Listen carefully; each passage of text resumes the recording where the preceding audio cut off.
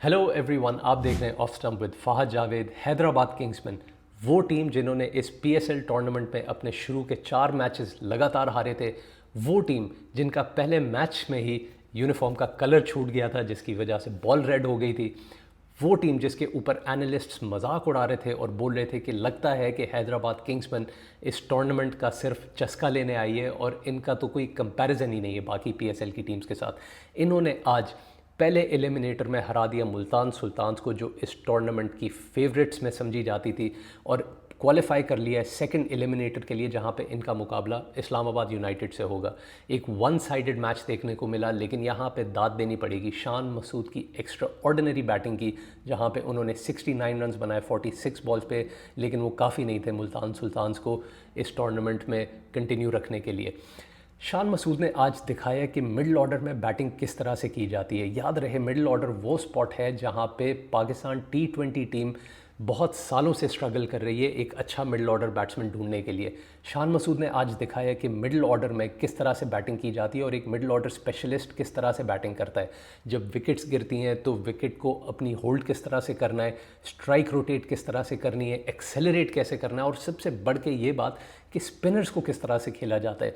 इन्होंने बहुत ज़बरदस्त इनिंग्स खेली। और क्या आपको पता है कि शान मसूद ने अपना आखिरी T20 इंटरनेशनल मैच कब खेला था?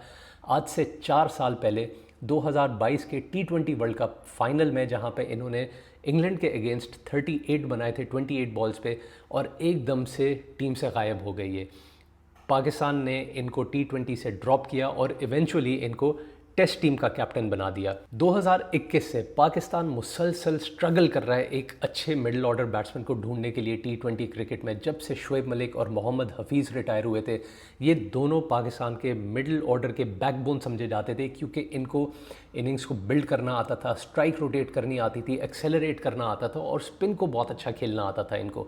लेकिन जब से हफीज़ और मलिक रिटायर हुए तो पाकिस्तान ने बहुत एक्सपेरिमेंट्स किए हैं मिडिल ऑर्डर में। यहाँ तक कि बाबर आजम को भी ओपन से हटा के उन्होंने मिडिल ऑर्डर में फ़िट करने की कोशिश की, फ़खर जमान को ओपनिंग से हटा के मिडिल ऑर्डर में फ़िट करने की कोशिश की, लेकिन पाकिस्तान की मिडिल ऑर्डर प्रॉब्लम आज तक सॉल्व नहीं हुई और आज तक किसी को भी नहीं पता कि पाकिस्तान के T20 मिडिल ऑर्डर बैट्समैन कौन है। अगर हम कंपैरिजन करें शान मसूद का, जो करंट पाकिस्तान के मिडिल ऑर्डर बैट्समैन हैं, तो उनकी एवरेजेस अगर हम देख लें तो सलमान अली आगा जो पाकिस्तान T20 टीम के कैप्टन है, उनको हमने मिडिल ऑर्डर में ट्राई किया और उनकी बैटिंग एवरेज है T20s में 22.9। हसन नवाज़, जिनको हमने एक्सपेरिमेंट करके देखा मिडिल ऑर्डर T20s में, उनकी एवरेज है 20.77।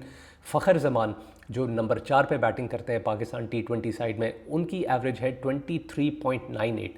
शान मसूद की एवरेज है 30.38। यानी हमारे करंट जो मिडिल ऑर्डर बैट्समैन है उनमें से सबसे बेहतर एवरेज आज भी शान मसूद की है। और सबसे हैरत की बात तो अब शुरू होती है कि इनको T20 टीम से ड्रॉप करके टेस्ट टीम का कैप्टन बना दिया। और यही है पाकिस्तान क्रिकेट का अलमिया कि वो एक प्लेयर को उसका रोल डिफ़ाइन करके नहीं देती और एक प्लेयर को कभी स्पेशलिस्ट ही नहीं बनने देती। यानी शान मसूद जो एक T20 स्पेशलिस्ट बन सकते थे, उनको उठा के टेस्ट टीम का कैप्टन बना दिया। शाहीन आफरीदी जो T20 में प्रूवन कैप्टन थे, जिन्होंने लाहौर कलंदर्स को 3 मरतबा PSL T20 टूर्नामेंट जितवाया, उनको T20 के बजाय ODI का कैप्टन बना दिया। और सलमान अली आगा जो ODI स्पेशलिस्ट थे, उनको उठा के T20 का कैप्टन बना दिया। ये PCB की मैनेजमेंट का एक फ्लॉ नज़र आता है कि वो एक प्लेयर के रोल को रिकग्नाइज नहीं करती और एक स्पेशलिस्ट को उसकी पोजीशन के ऊपर नहीं खेलने देती। एक एग्जांपल यहाँ पे सबसे बड़ी ये बनती है कि पिछले सीज़न में बिग बैश में जब स्टीव स्मिथ ने आउटस्टैंडिंग परफॉर्मेंस दी, उसके बाद भी ऑस्ट्रेलिया ने इनको 2026 T20 वर्ल्ड कप के लिए सिलेक्ट नहीं किया। और सिलेक्टर ने इनकी जस्टिफिकेशन ये दी थी कि क्योंकि स्टीव स्मिथ का मुकाबला हमारे ओपनर्स के साथ है जो ट्रेविस हेड और मिचेल मार्श हैं, तो इनकी जगह नहीं बन सकती उस टीम में, क्योंकि ट्रेविस हेड और मिचेल मार्श को वो ड्रॉप करने वाले नहीं है। यानी उन्होंने सीधा सीधा ये बोल दिया कि स्टीव स्मिथ की जितनी भी बिग बैश में परफॉर्मेंसेज आई थी वो एज एन ओपनर आई थी, तो हम इनको किसी और पोजीशन पे नहीं खिला सकते, इनका मुकाबला हमारे ओपनर से ही है। तो अगर ये हमारे ओपनर से बेहतर खेलेंगे डोमेस्टिक में या लीग्स में, तभी वो टीम में वापस आएंगे एज एन ओपनर। हम इनको नंबर 3, नंबर 4, नंबर 5 पे नहीं खिलाएंगे। और पाकिस्तान में अगर आप देखें तो बाबर आजम जो एक स्पेशलिस्ट ओपनिंग बैट्समैन थे T20 के, उनको हमने 2026 T20 वर्ल्ड कप में नंबर 4 पे बैटिंग कराई और नतीजा आप सबके सामने है।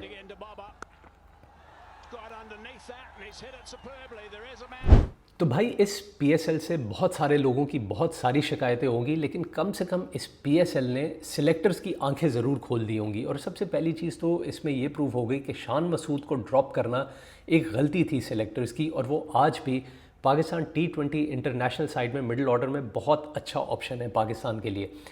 दूसरा आई ओपनर सेलेक्टर्स के लिए ये है कि बाबर आजम की T20s में अगर जगह बनती है तो वो एज एन ओपनर ही बनती है, उसके अलावा उनको किसी भी पोजीशन के ऊपर खिलाना फजूल है, और वो एक्सपेरिमेंट्स हम करके देख चुके हैं। और बाबर आजम ने इस PSL में प्रूव किया है कि वो एक ओपनर के लिए बहुत सॉलिड कंटेंडर है। आखिरी जो आई ओपनर सेलेक्टर्स को मिला होगा वो यही मिला होगा कि सुफियान मुकीम को ड्रॉप करना पाकिस्तान टीम से, वो भी बहुत बड़ी गलती थी। अगर सुफियान मुकीम के PSL के स्टैट्स उठा के देखें हम, तो PSL में इन्होंने 10 मैचेस खेल लिए हैं, 21 विकेट्स लिए हैं, 14 की बॉलिंग एवरेज है इनकी। सुफियान मुकीम ने जब भी पाकिस्तान क्रिकेट टीम में खेला है, जब भी पाकिस्तान शाहीन्स के लिए खेला है, जब भी पेशावर ज़ल्मी के लिए खेला है, उन्होंने हमेशा परफॉर्म करके दिखाया है। और कोई वजह समझ नहीं आती कि इनको पाकिस्तान की प्लेइंग 11 में, T20 प्लेइंग 11 में जगह क्यों नहीं मिलती। क्या वजह है कि माइक हैसन को अभी भी इनकी एबिलिटीज़ में कॉन्फिडेंस नहीं है। हालांकि T20 क्रिकेट के लिए कट आउट नज़र आते हैं ये, और एक बहुत अच्छे T20 स्पेशलिस्ट बॉलर बन सकते हैं ये।